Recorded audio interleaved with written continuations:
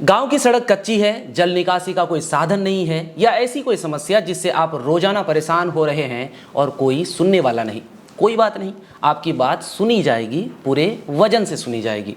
जागो बिहार के इस एपिसोड में हम आपको ऐसा तरीका बताने वाले हैं जिसके सही इस्तेमाल से आप अपने आसपास की समस्याओं का समाधान निकाल सकेंगे। तो देर किए बिना इस वीडियो को ज़्यादा से ज़्यादा शेयर कर दीजिए ताकि बाकी लोग जो परेशान हैं, जो समस्याओं का समाधान तलाशते रहते हैं, उनके लिए भी आसान हो जाए, उनके लिए भी लड़ाई लड़ना आसान हो जाए।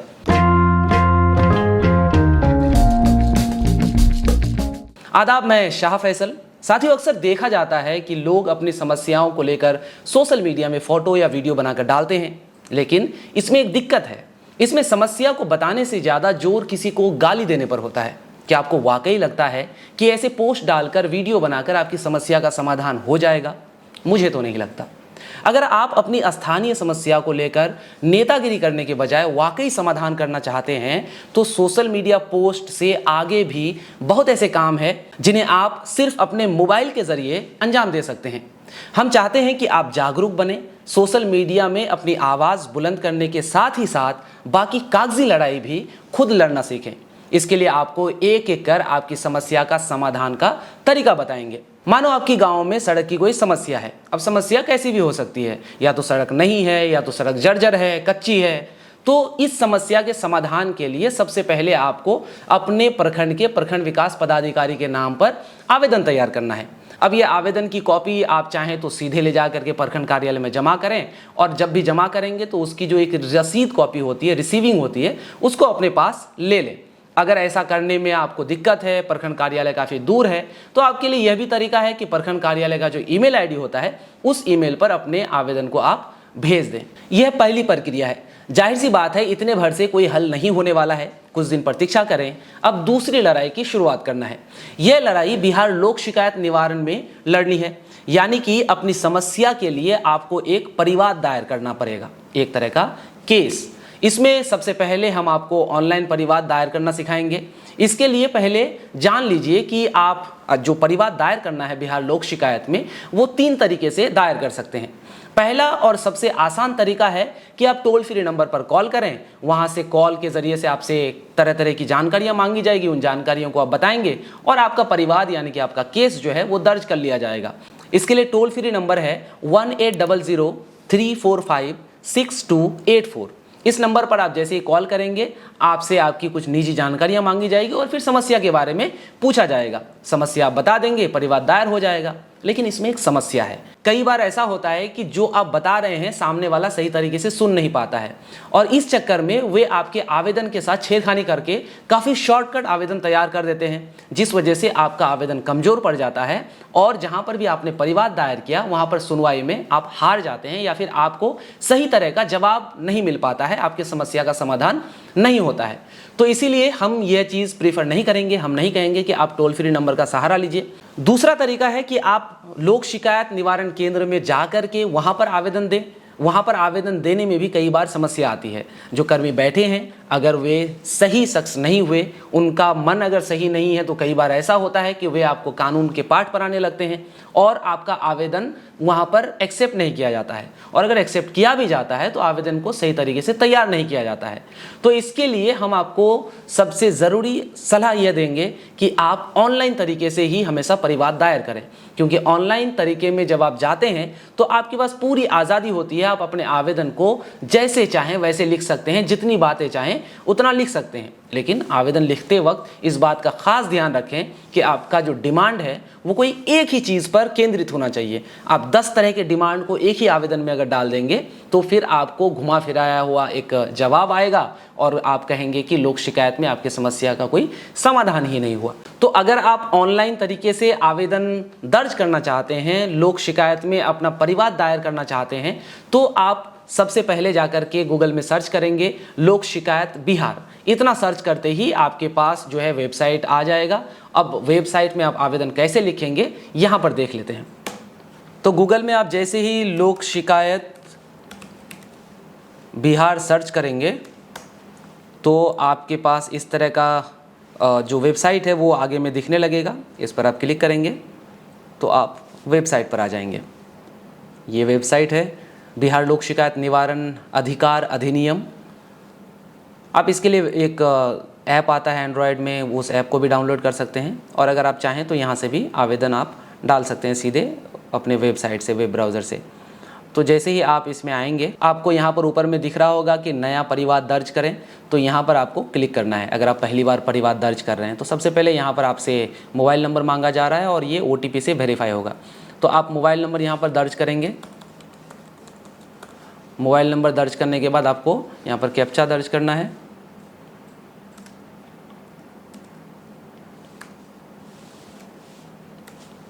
और जनरेट OTP पर क्लिक कर देना है। जैसे आप जनरेट OTP पर क्लिक करेंगे, आपने जो मोबाइल नंबर यहाँ पर दर्ज किया है उस मोबाइल नंबर पर एक OTP चला जाएगा।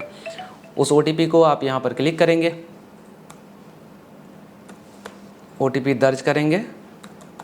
OTP दर्ज करने के बाद आप सबमिट पर क्लिक करेंगे। इस तरीके से आपका जो आवेदन है वो खुल चुका है। यहीं पर आपको आवेदन को पूरी बेहतर तरीके से भरना है। सबसे पहले आपसे पूछा जा रहा है कि आप क्या अकेले इस आवेदन को डाल रहे हैं या एक समूह बना करके आवेदन डाल रहे हैं या फिर कोई संस्था के रूप में डाल रहे हैं। तो अगर आप अकेले डाल रहे हैं तो व्यक्तिगत, अगर कोई समूह मिलकर के लोक शिकायत में कोई परिवाद दायर कर रहे हैं तो समूह यहाँ पर सिलेक्ट कर लेंगे आप।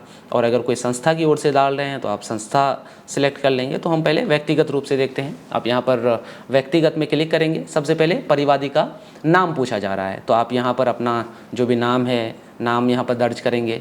फिर दूसरे नंबर पे पिता, पति, अभिभावक का नाम यहाँ पर दर्ज करना है, अपना पता यहाँ पर दर्ज करना है और शहर या गांव का नाम दर्ज करेंगे। डाकघर ज़रूरी वैसे नहीं है, यहाँ पर जहाँ पर रेड स्टार दिख रहा है आपको वो ज़रूरी है और जहाँ पर नहीं है वो ज़रूरी नहीं है दर्ज करना। तो आप चाहें तो दर्ज करें, नहीं चाहें तो नहीं दर्ज करें। इन तमाम जानकारियों को भर लेने के बाद जैसे कि आप यहाँ पर अपना राज्य चयन करेंगे, ज़िला चयन करेंगे, जो भी ज़िला है, उसके बाद आप अनुमंडल कुछ भी जो भी है आपका, और प्रखंड, फिर थाना। मोबाइल नंबर चूँकि आपने दर्ज कर रखा था तो मोबाइल नंबर यहाँ पर ऑलरेडी आपका आ चुका है। अगला है ईमेल आईडी आप यहाँ पर दर्ज कर सकते हैं, चाहे तो करें या फिर ना करें। उसी तरीके से आधार संख्या और पिन कोड, ये तमाम चीज़ें भर लेने के बाद आप मेन आवेदन में आएंगे। ये आपकी निजी जानकारियाँ थी। उसके बाद परिवाद से संबंधित जो जानकारियाँ हैं आपको नीचे दिखेगा। 2 ऑप्शन है, या तो चयन करिए या फिर लिखिए। आपके पास 2 ऑप्शन है। चयन करिए का मतलब आपको विभाग के बारे में सारा यहाँ पर ऑलरेडी दिखेगा, आपको सिर्फ चूज़ करना है। और अगर आप लिखना चाहते हैं तो आप लिखने का भी यहाँ पर जो ऑप्शन है उसको ले सकते हैं। तो सबसे ज़्यादा आसान है कि आप चयन करें पर क्लिक करें। जैसे आप चयन करें पर क्लिक करेंगे तो सबसे पहले आपको यहाँ पर चयन करने के लिए कह रहा है कि आप कौन से विभाग पर आवेदन डाल रहे हैं। एक बात और, अगर आप सही विभाग में आवेदन नहीं डालेंगे तो चिंता करने की कोई ज़रूरत नहीं है। जिस भी विभाग से वो संबंधित होगा वो एप्लीकेशन उधर ही फॉरवर्ड हो जाएगा। तो इसके लिए ज़्यादा लोड लेने की ज़रूरत नहीं है। अब यहाँ पर हम लोग सड़क की बात कर रहे थे कि सड़क से संबंधित समस्या है, तो आप चले जाएंगे ग्रामीण कार्य विभाग। ग्रामीण कार्य विभाग में यहाँ पर आपने सिलेक्ट कर लिया विभाग को, लाभ या राहत में आप जो है यहाँ पर सिलेक्ट करेंगे। एक चीज़ और देखिए, यहाँ पर किसी तरह का कोई स्टार मार्क नहीं है। इसका मतलब ये चीज़ें आप डिटेल में भरें ना भरें कोई ज़रूरी भी नहीं है, और भर देंगे तो आपका काम जल्दी होगा, फास्ट होगा। अब यहाँ पर आप देख सकते हैं कई तरह की बातें कही गई है। अगर आपके गाँव में सड़क नहीं है, सड़क जर्जर है, सड़क की समस्या है, तो आपके लिए ये ऑप्शन है। यहाँ पर आपने चूज़ कर लिया। उसके बाद कार्यपालक अभियंता उससे संबंधित होते हैं। कार्यालय चूज़ कर सकते हैं, छोड़ सकते हैं आप जो चाहें, क्योंकि यहाँ पर बिहार के सभी कार्यालय आ गए हैं। तो आपका जो भी कार्यालय है, ज़्यादातर लोगों को नहीं पता होता है कौन सा कार्यालय है, तो छोड़ सकते हैं उसको।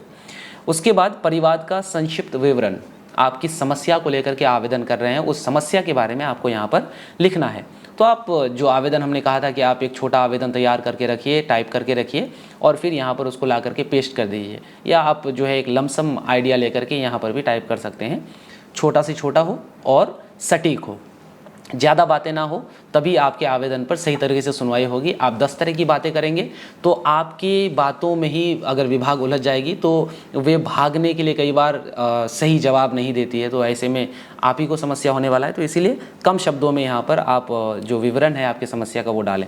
आप अगर इससे पहले प्रखंड में आवेदन डाले हुए हैं तो प्रखंड का जो आवेदन डाले हैं आप, उसकी छाया प्रति जो है, उसका जो जेरॉक्स कॉपी है उसको यहाँ पर डाल सकते हैं, यानी तो छोड़ भी सकते हैं, कोई ज़रूरी नहीं है। क्या परिवाद पहले भी किया गया था, हाँ या नहीं? अगर नहीं किए हैं तो नहीं, हाँ तो हाँ। पहले जवाब मिला है या नहीं मिला है, तो आप चूँकि पहली बार कर रहे हैं तो दोनों में नहीं डाल देंगे, यहाँ भरने की ज़रूरत नहीं। और इसके बाद आपको ऑप्शन मिलेगा प्रीव्यू एंड सबमिट। यहाँ पर आप जैसे ही क्लिक करेंगे तो प्रीव्यू पहले आपको दिखाएगा आपका आवेदन देखने में कैसा लगता है, और फिर दोबारा ऑप्शन आएगा कि आप सबमिट करिए। तो आप जैसे ही सबमिट करेंगे आपके पास एक अनन्य संख्या आ जाएगा, एक लंबी संख्या दे दी जाएगी कि भाई ये आपका नंबर है, आवेदन संख्या है, इसके आधार पर आप ट्रैक कर सकते हैं।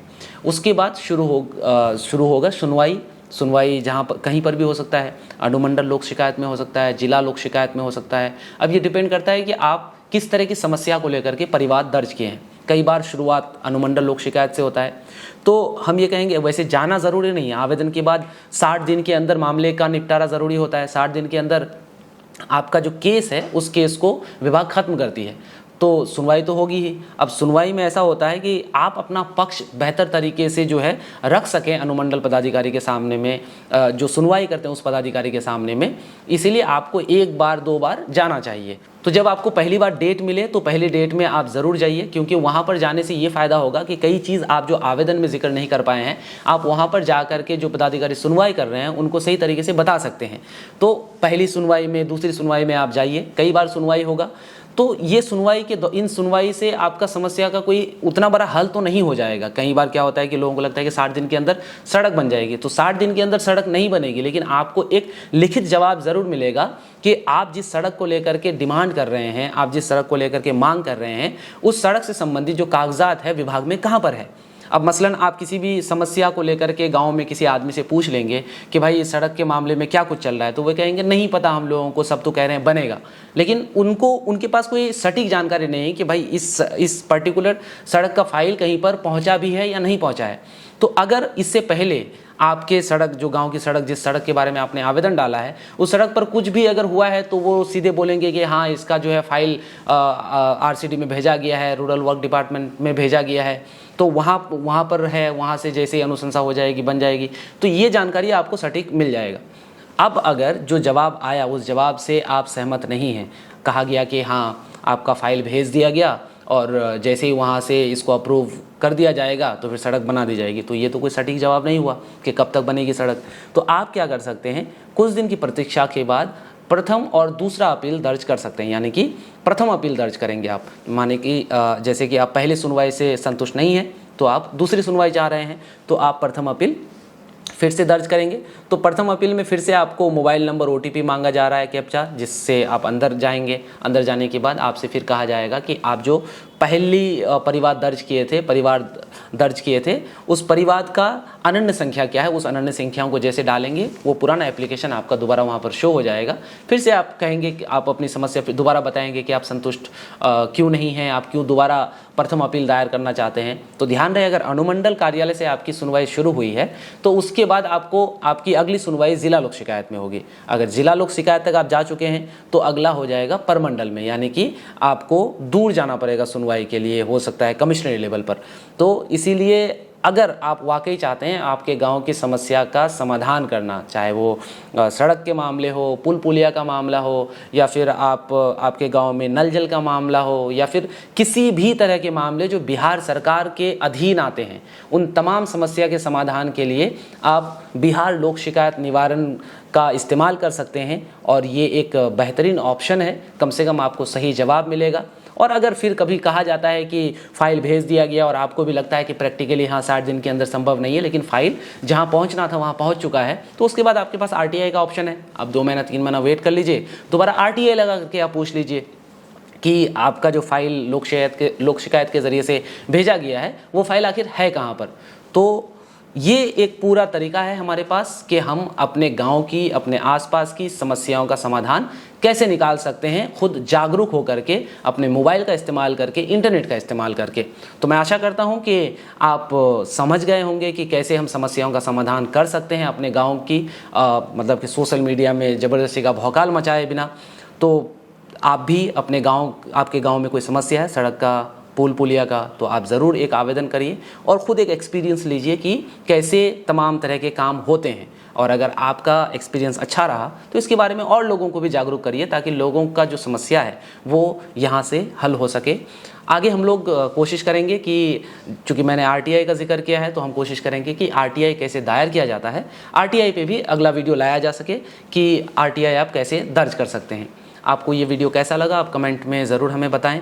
साथ ही साथ वीडियो को ज़्यादा से ज़्यादा शेयर करें ताकि हर एक शख्स तक ये वीडियो पहुंच जाए। माई मीडिया को जहां पर भी आप देख रहे हैं, यूट्यूब, फेसबुक, इंस्टाग्राम, ट्विटर, वहां पर फॉलो कर लें। बहुत बहुत शुक्रिया।